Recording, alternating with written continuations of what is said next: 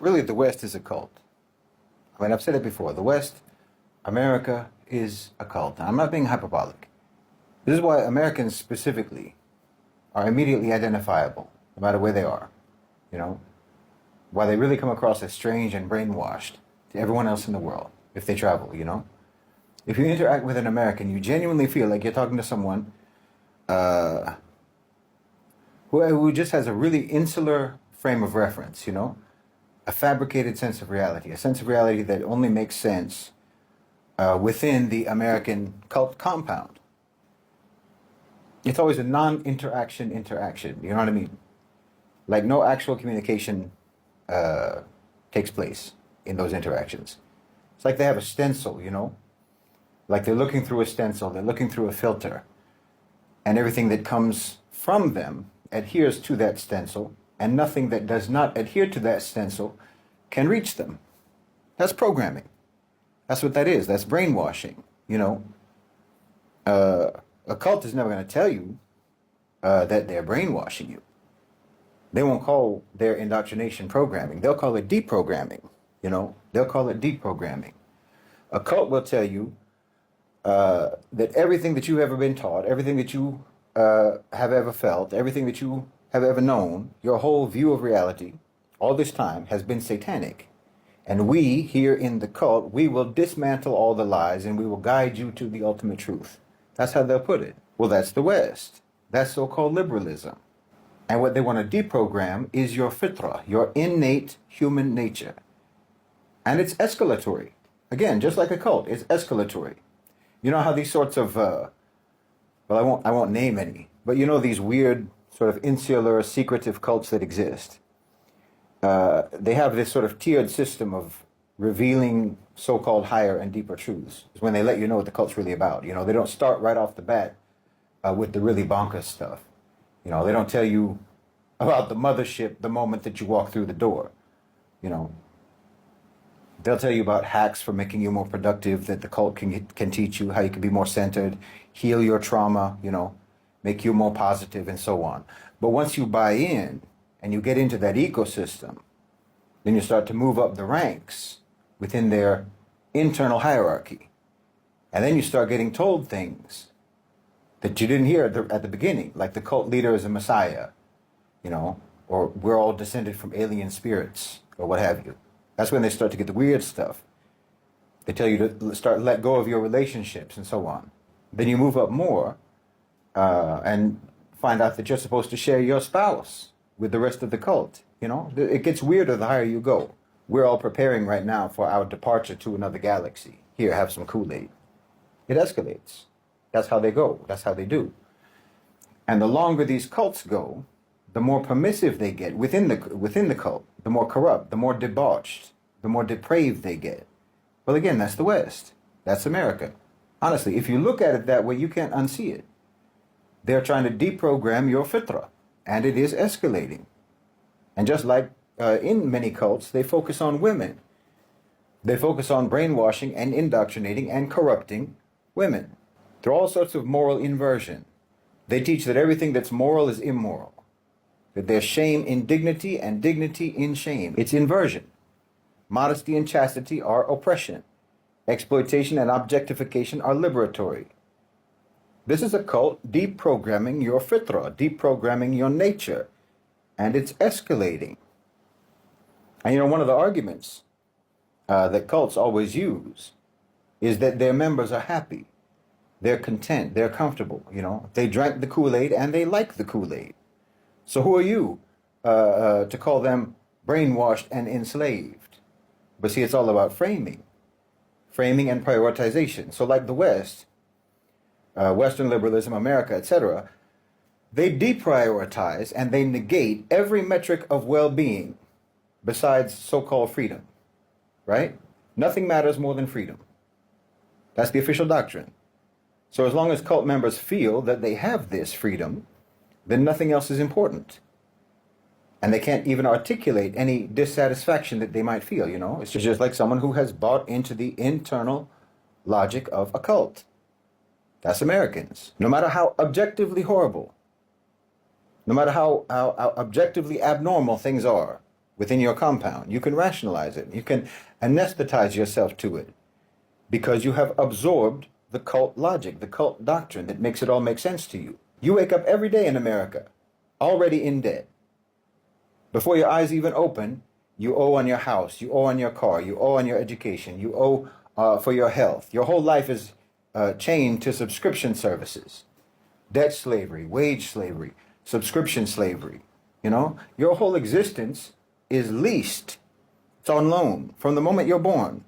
From the moment you're born, you are plugged into a system that feeds on you financially, psychologically, spiritually, and you're told that all of that is freedom. You're told it's the best thing that ever happened to humanity. It's the best system there is. And you should be grateful. You should be proud. Tell me that isn't cult-like. You live in a bubble of euphemisms. You work like a slave. You sell your time, which is what your life is, by the way. It's time. Your presence in this world is nothing but time. And actually, you don't even sell it, because selling it would imply that you have a choice, but you don't have a choice to sell your time. Do you understand? You have to.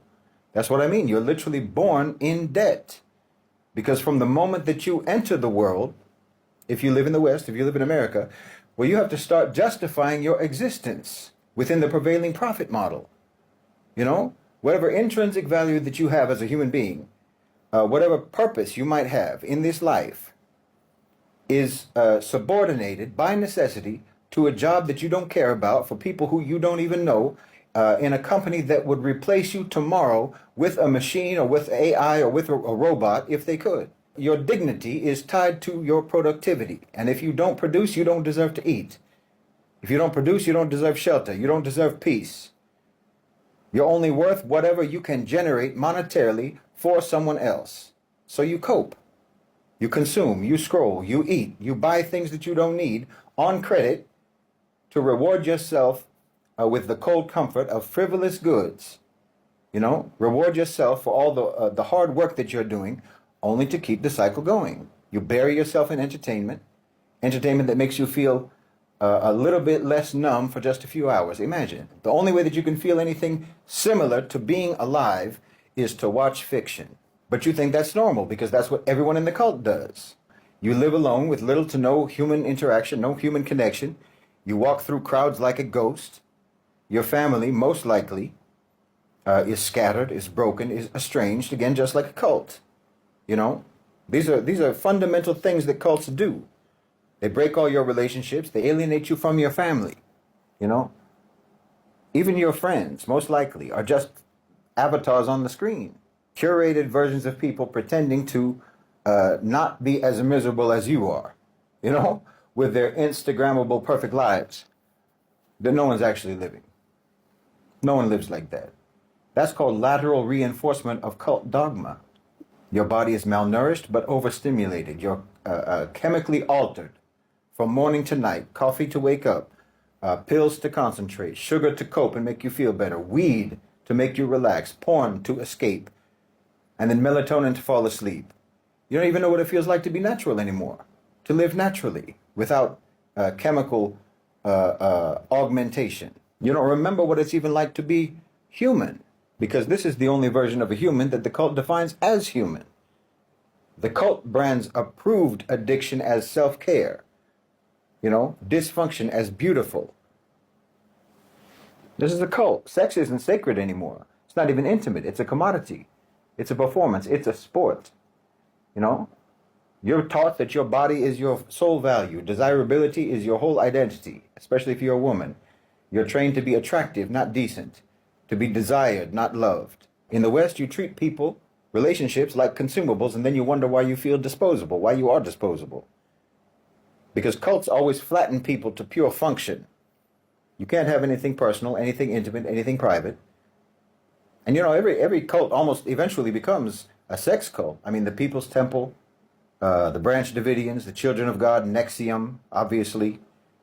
They almost always go this way. Cults almost always go this way. That's why I said you have to pay attention to what Western popular culture is doing to women. You have to pay attention to that. Because cult governance depends on dissolving personal borders. And sexual access is the crowning test of loyalty. Because that violates the most intimate frontier between people. I mean, look at your culture, so-called. Honestly, you need to just remove the last three letters of that word. It's not a culture, it's a cult. I mean, if you look at how cults do, you'll start with platitudes about free love and whatnot. Well, as a society, you've already gone through that phase in the 1960s. And of course, then that free love idea promotes suspending judgment on all forms of sexuality and promiscuity, normalizing all sorts of behaviors. And then it moves on to sexual healing within the cult.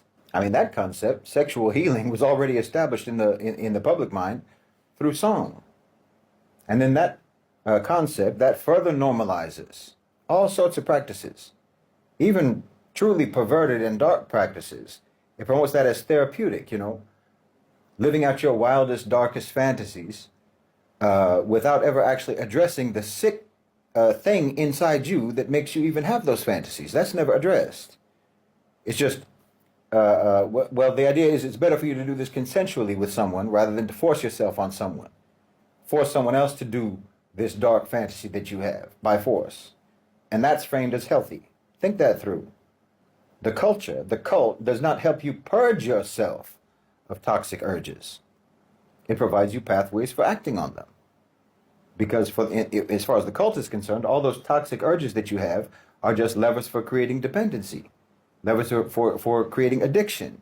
And then the way cults normally go, traditionally, they start to move basically into turning cult members into sexual slaves for those at the top of the cult hierarchy, with all the members vying for their favor. And I mean, that's all across your social media. Highest bidder access, women objectifying themselves, women sexualizing themselves for sponsorship. And again, that's lateral indoctrination reinforcement between women.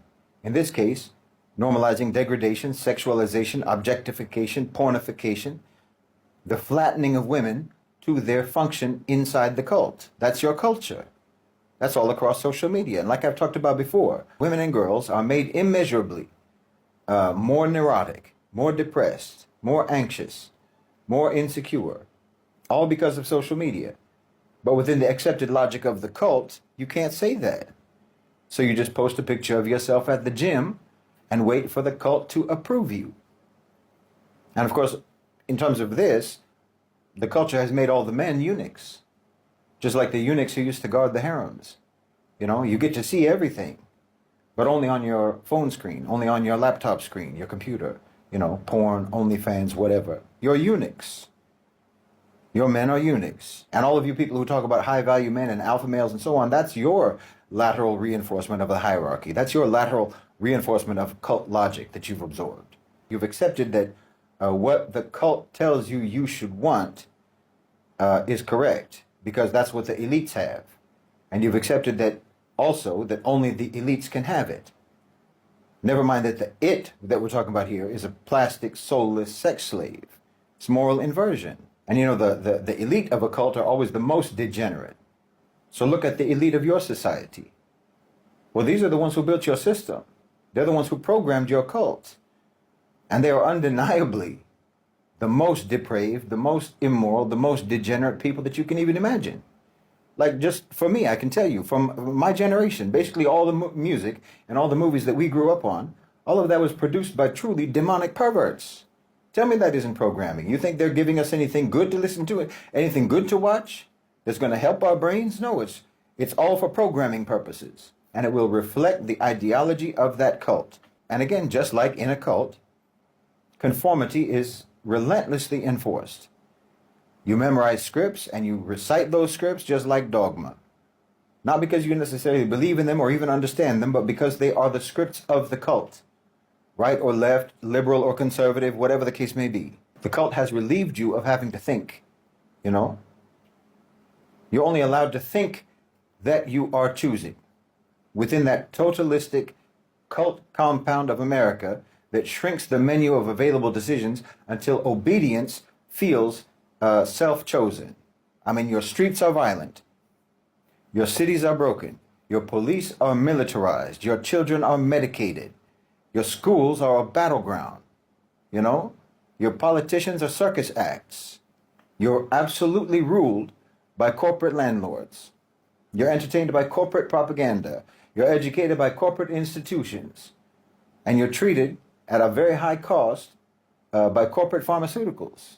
You're captured in every which way. In every direction you're captured, but still you think that you're free. That's a cult. When the reality is that if you get sick, you go bankrupt. If you get educated, you go bankrupt. If you get married, you go bankrupt. And they tell you this is all the American dream. It's not a dream. It's a drug. It's a simulation. You're living a ritual of slow death that's funded by your own labor. But that's all fine. It's all normal. It's all good inside the cult. But no objective, non-brainwashed outsider can look at any of this as normal or okay or fine or good. It's an abomination. It's sick. And the more you tell yourself that you are free, that you are comfortable, that you have democracy and rights and so on, the more you say that, the more you talk like that, the more brainwashed you sound. You look at a Muslim country, or really almost any country in the global south, and you'll think it's miserable over there. You'll think it's not free, it's poor, what have you. Because you're using cult metrics, not objective metrics. In almost any meaningful metric of human well-being, of human happiness and health and so on, the Muslim world and most of the global south countries outrank you in America. The only countries where that's not the case are the countries that you have invaded or occupied or you're otherwise interfering with them. Malaysians are happier than you and healthier than you. Indonesians are happier than you. Saudis, Emiratis, Kuwaitis, etc., etc. They're safer than you. Their streets are not nearly as violent as yours. Their lives are generally more affordable than your life. Their families are stronger. Their families are more stable. Their mental health, their emotional health is better than yours, unquestionably. They don't kill themselves like you do. Their rates of addiction are far lower than yours.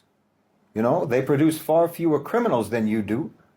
They have far fewer issues of like body dysmorphia, eating disorders, you know, low self-worth, low self-esteem, depression, loneliness, anxiety, on and on and on. They're more connected as a society. Their relationships are stronger. I mean, I'm not trying to say that they're perfect in the Muslim world or in the global south, but they are unquestionably better, happier, and healthier people than what you have done to your people in the West, especially in America. You know, your cult tells you that everyone outside of the cult is lost. Everyone outside of the cult is miserable and suffering and so on. They claim that their so-called liberalism is deprogramming you from, say, oppressive traditions, age-old customs, age-old understanding, and that the cult has higher and more evolved, and that they're more enlightened than anyone else. When this is objectively false. They're making you worse by the day. They're normalizing worse and worse things by the day. They're deprogramming your humanity day in, day out. But because they call all of this freedom and they call all of this progress, you are left with no way to articulate your ever worsening existential crisis because you're stuck in the cult lexicon. Listen, I'm not even joking about this. Think about this. There's a sort of window, bear with me, there's a sort of window of neuroplasticity immediately after a traumatic event. You know, trauma can shatter an individual's internal narrative to understand the world. It causes dissociation, disorientation, and so on. Basically a breakdown of meaning. During this post-trauma phase, their brain can easily become open to new interpretations of reality to help them regain some kind of coherence. It almost mirrors early childhood development. And this is when and how and why a lot of people who get involved in cults, they do so after suffering some kind of trauma, or maybe as a result of ongoing trauma. And the cult gives them a way to process that. Of course, not a therapeutic way to process that, but a manipulative way, gaslighting, trauma bonding, cult indoctrination. You know, cults and extremist groups seize on that moment of neuroplasticity, that vulnerability, that broken psyche, that's struggling to find some kind of a framework that can help them reinterpret whatever that person has experienced, whatever negative thing that person has experienced, help them to reinterpret that in a way that removes the negative emotions that they have around it, or that channels those negative emotions into supposedly some sort of positive cult-related activity, okay? This is established. This is factual. This is neuroscience and psychology. Well, the West, especially America, it's a trauma factory. They're not like any nickel and dime cult, that just seizes on people to rewrite their moral and their ideological framework post-trauma. No, they create the trauma. See? America and the West more broadly understand something, in my opinion, that cult leaders and interrogators and psychological operatives have always known. If you destabilize someone enough, if you traumatize them just right, you can make them rebuild their whole identity around any ideology or any framework that you give them.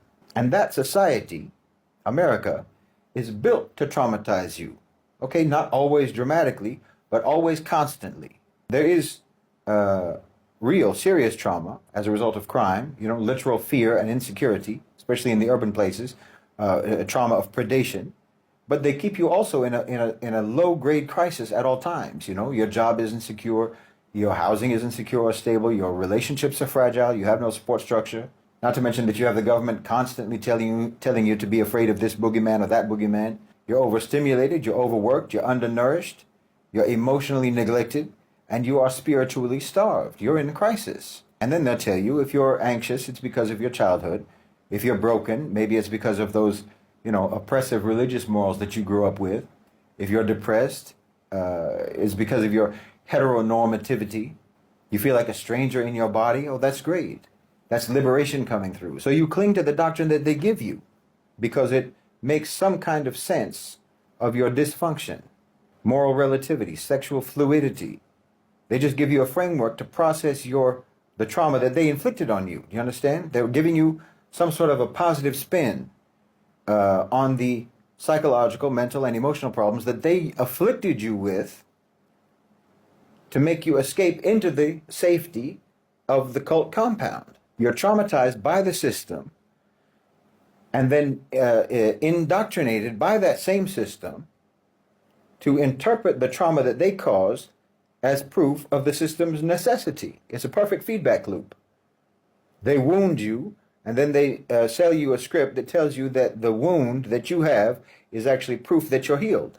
They don't just seize upon your trauma. They cultivate your trauma because trauma makes your brain plastic. It makes your identity malleable. It makes you pliable. It makes you suggestible. And when people are emotionally disoriented, they become desperate. Desperate for certainty. Desperate for security. Desperate for meaning. So the West keeps you in that state. They keep you vulnerable. Vulnerable enough to doubt your instincts. Broken enough to beg for meaning. But still functional enough to work. To buy and to laterally reinforce the programming. And in that state, your fitra, your God-given compass, is overwritten. See, you were actually born with your fitra. You were born with the truth inside you, your nature. But they force you to interpret the suffering that they inflict on you through the lens of your victimizer. Until you're grateful for the pain. Until you'll defend the one who's attacking you. Until you'll call the prison that you live in a sanctuary. Until you call poison a cure. That's how cults work. And that's how liberalism works. It's not liberation. It's only liberating you from recognizing that you need to be liberated. That's the only liberation you get from liberalism. It's making you applaud and it's making you cheer for your own trauma because they told you that your trauma means that you're free. And until you see that, until you recognize the manipulation that you're subject to morning, noon, and night, you're going to keep turning to that same ideology, the same ideology that has destroyed you. Asking that ideology to explain what it did. And it will explain it. It will explain it beautifully to you. It will rebrand your collapse as self-discovery, and then it will commodify it. Your utter degradation as a human being, the inversion of your decency, the inversion of your dignity, your morality, these are all monetizable. You can sell tickets to your own ruin, live stream your own rot, and the cult will celebrate you for it, and you'll thank them for it. And you'll defend it, and you'll call it liberty. But it's not freedom. It's trauma-induced loyalty and obedience. It's spiritual Stockholm syndrome. And the first step out is to try to remember your fitra. and start asking, what is it about your future that they're trying so hard to erase? Because this isn't life. This is erosion. I know you feel it. No matter how much dopamine you get, I still know that you feel it. You know that you're not thriving. You know that you're decaying. And the tragedy is that they made you think it's normal. They made you think that this is all there is that's out there. You were born into that machine that feeds on misery. You were born into it. Now you're its product and you're its fuel. You were born into a cult, but you don't have to stay in the cult. And unless you get out, and I mean get out, I don't mean get out of the country, I mean get out of the programming. Unless you get out, that machine, that cult will grind you down and live stream your funeral and sell your children.